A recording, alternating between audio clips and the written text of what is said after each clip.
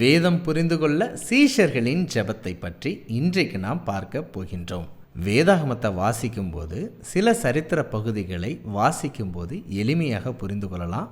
ஆனால் அநேக பகுதிகளை வாசிக்கும்போது நமக்கு இதன் அர்த்தம் புரியவில்லையே, இதன் காரியங்கள் தெரியவில்லையே என்ற சிந்தனைகள் அவ்வப்போது எழும்பும்.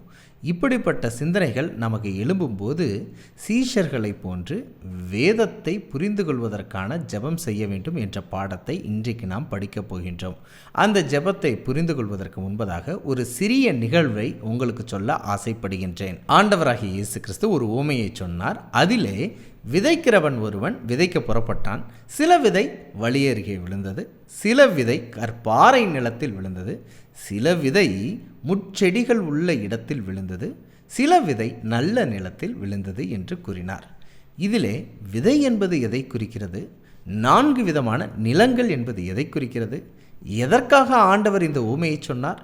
யாருக்கு இந்த ஊமையின் அர்த்தம் பொருந்தும் என்று பல கேள்விகள் நமக்கு எழக்கூடியதாக இருக்கும். அதே கேள்விகள் சீஷர்களுக்கும் எழுந்ததாகத்தான் இருந்தது. அப்பொழுது சீஷர்கள் இயேசுவினிடத்தில் ஒரு விண்ணப்பம் பண்ணுகிறார்கள். அந்த வாக்கியத்தை நான் வாசிக்கின்றேன். லூக்கா 8:9 அப்பொழுது அவருடைய சீஷர்கள் இந்த ஊமையின் கருத்து என்னவென்று அவரிடத்தில் கேட்டார்கள்.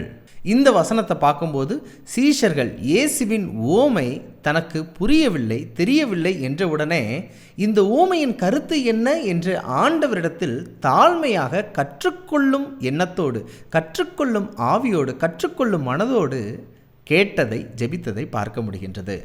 அதற்கு பிற்பாடு ஆண்டவராகிய இயேசு கிறிஸ்து இந்த ஊமையின் அர்த்தத்தை தொடர்ச்சியாக சொல்லுவதை பார்க்கலாம். இதிலிருந்து நம்ம கற்றுக்கொள்ளக்கூடிய ஆவிக்குரிய பாடம் என்னன்னா, நாமும் வேத வாசிக்கும் போது அநேக காரியங்கள் தெரியாதவைகளாகவும் புரியாதவைகளாகவும் தான் இருக்குது.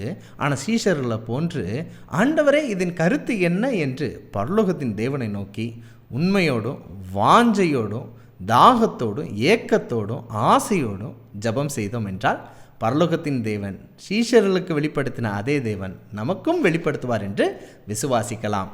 வாஞ்சையோடு வேதத்தை வாசியுங்கள், பரலோகம் உங்களுக்கு வெளிச்சம் கொடுக்க வாஞ்சையாய் இருக்கிறது. இப்படிப்பட்ட வேதாகம ஆச்சரியங்களை தெரிந்து கொள்ள எங்களுடைய சேனலை சப்ஸ்கிரைப் பண்ணுங்க.